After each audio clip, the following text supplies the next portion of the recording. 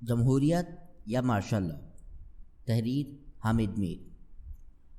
اچھی کتاب وہ ہوتی ہے جو مایوسی کے اندھیروں میں امید کی شمع روشن کرتے اور اپنے قاری کے عزم و ولولے کو تازہ کرتے۔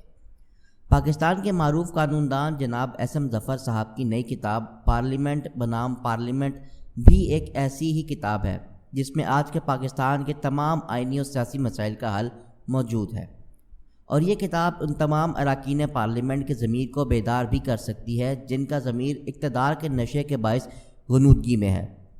بظاہر تو یہ کتاب قومی اور صوبائی اسمبلیوں اور سینٹ کے ارکان کے لیے ایک گائیڈ ہے، لیکن عام پاکستانیوں کے لیے نادر معلومات کا ایک خزانہ ہے جن کی روشنی میں وہ اراکین پارلیمنٹ اور سیاسی جماعتوں کی کارکردگی کا ناقدانہ جائزہ لے سکتے ہیں۔ کتاب کے آغاز میں ایس ایم ظفر صاحب نے ارکان پارلیمنٹ کے حلف کی اہمیت کو اجاگر کرتے ہوئے بانی پاکستان قائد اعظم محمد علی جناح کی مثال دی ہے۔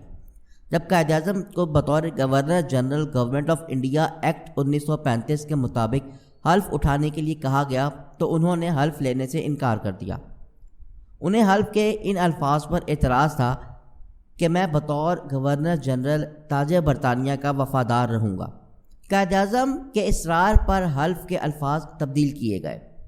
میں پاکستان کے آئین جو قانونی طور پر نافذ العمل ہوگا اس کا وفادار رہوں گا۔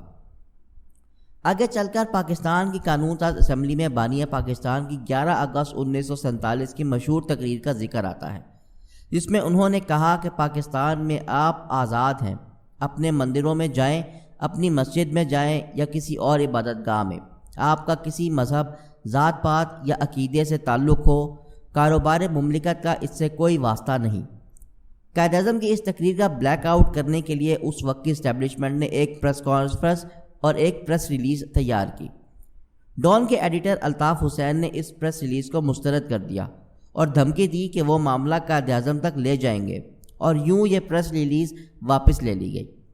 اس پریس ریلیز کی تفصیل بیان کرنے کے لیے ایس ایم ظفر صاحب نے نامور صحافی ضمیر نیازی صاحب کی کتاب پریس ان چینز کا حوالہ دیا ہے۔ اس کتاب میں ایک ایسا واقعہ درج ہے جو آج کے پاکستان کے حوالے سے بڑا اہم ہے۔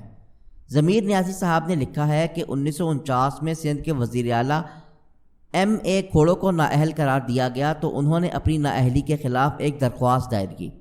عدالت میں ٹرائل شروع ہوا تو ایک نوجوان بیوروکریٹ آغا شاہی کو بطور گواہ بلایا گیا۔ آغا شاہی نے عدالت کو بتایا کہ ایک دفعہ وہ گورنر جنرل قائد اعظم کے پاس ایک آرڈیننس کے ڈرافٹ کے پر دستخط لینے کے لیے گئے۔ اس آرڈیننس کے تحت پولیس کو کسی مقدمے یا ٹرائل کے بغیر گرفتاری کا اختیار دیا جانا تھا۔ قائد اعظم نے فائل پڑھی تو غصے میں آ گئے اور کہا، میں تمام زندگی ایسے سیاہ قوانین کے خلاف لڑتا رہا ہوں، آج تم چاہتے ہو کہ میں اس پر دستخط کر دوں؟ نہیں، میں ایسا نہیں کر سکتا۔ ایس ایم ظفر نے اپنی اس کتاب میں رولٹ ایکٹ کے خلاف متحدہ ہندوستان کی قانون ساز اسمبلی سے قائد اعظم کے استعفے کی وجہ ایسے ہی سیاہ قانون کو قرار دیا ہے جس کے تحت ٹرائل کے بغیر گرفتاری کا اختیار دیا جا رہا تھا۔ جس قانون کو قائد اعظم نے مسترد کر دیا اس قانون کو پاکستان کے پہلے فوجی ڈکٹیٹر جنرل ایوب خان نے ایم پی او کے نام سے نافذ کر دیا، اور ستم ظریفی دیکھیے کہ کسی جمہوری حکومت نے اس سیاہ قانون کو ختم نہیں کیا۔ آج 2023 میں اس سیاہ قانون کے تحت سیاسی کارکنوں اور صحافیوں کو گرفتار کیا جا رہا ہے اور ان کی سیاسی وفاداریاں تبدیل کروائی جا رہی ہیں۔ پارلیمنٹ بنام پارلیمنٹ میں ریاست کے 3 ستونوں مقننہ، انتظامیہ اور عدلیہ کے اختیارات کے ساتھ ساتھ چوتھے ستون میڈیا کی ذمہ داریوں کو بھی بیان کیا گیا ہے جو پارلیمنٹ کی پریس گیلری میں موجود ہوتا ہے۔ پریس کو چوتھا ستون تھامس کارلائل نے دیا تھا قرار۔ ایس ایم ظفر نے مملکت کا چوتھا ستون کے عنوان سے اپنی کتاب کے 18ویں باب میں قائد اعظم کی ایک تقریر کا حوالہ دیا جس میں انہوں نے کہا کہ ریاست ان صحافیوں کی حفاظت کرے جو اپنے فرائض دیانتداری سے ادا کرتے ہیں اور مشکل حالات میں عوام اور حکومت دونوں کے قابل قدر خدمت کر رہے ہیں۔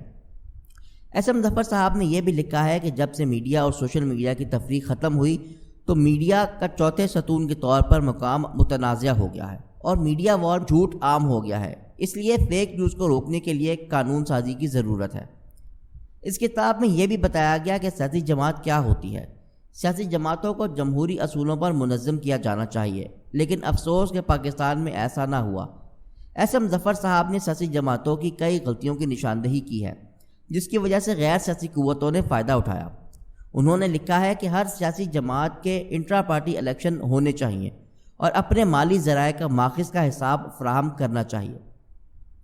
ایس ایم ظفر صاحب فیلڈ مارشل ایوب خان کے صدارتی نظام حکومت میں 4 سال تک وزیر قانون رہے، لیکن وہ پاکستان میں صدارتی نظام کے سخت مخالف ہیں۔ اپنی نئی کتاب میں انہوں نے کہا کہ 1973 کے آئین کے تحت پارلیمانی نظام پر پاکستان میں قومی اتفاق رائے ہے۔ یہ نظام صرف ان ممالک میں چل سکتا ہے جہاں صوبے چھوٹے اور بہت زیادہ ہوں۔ امریکہ میں صدارتی نظام چل سکتا ہے جہاں وفاق کی 50 اکائیاں ہیں۔ 4 اکائیوں والے پاکستان میں صدارتی نظام نہیں چل سکتا۔ شاہ صاحب نے ارکان پارلیمنٹ کو یہ مشورہ بھی دیا ہے کہ بلیم گیم اور گالم گلوچ میں فرق ہے۔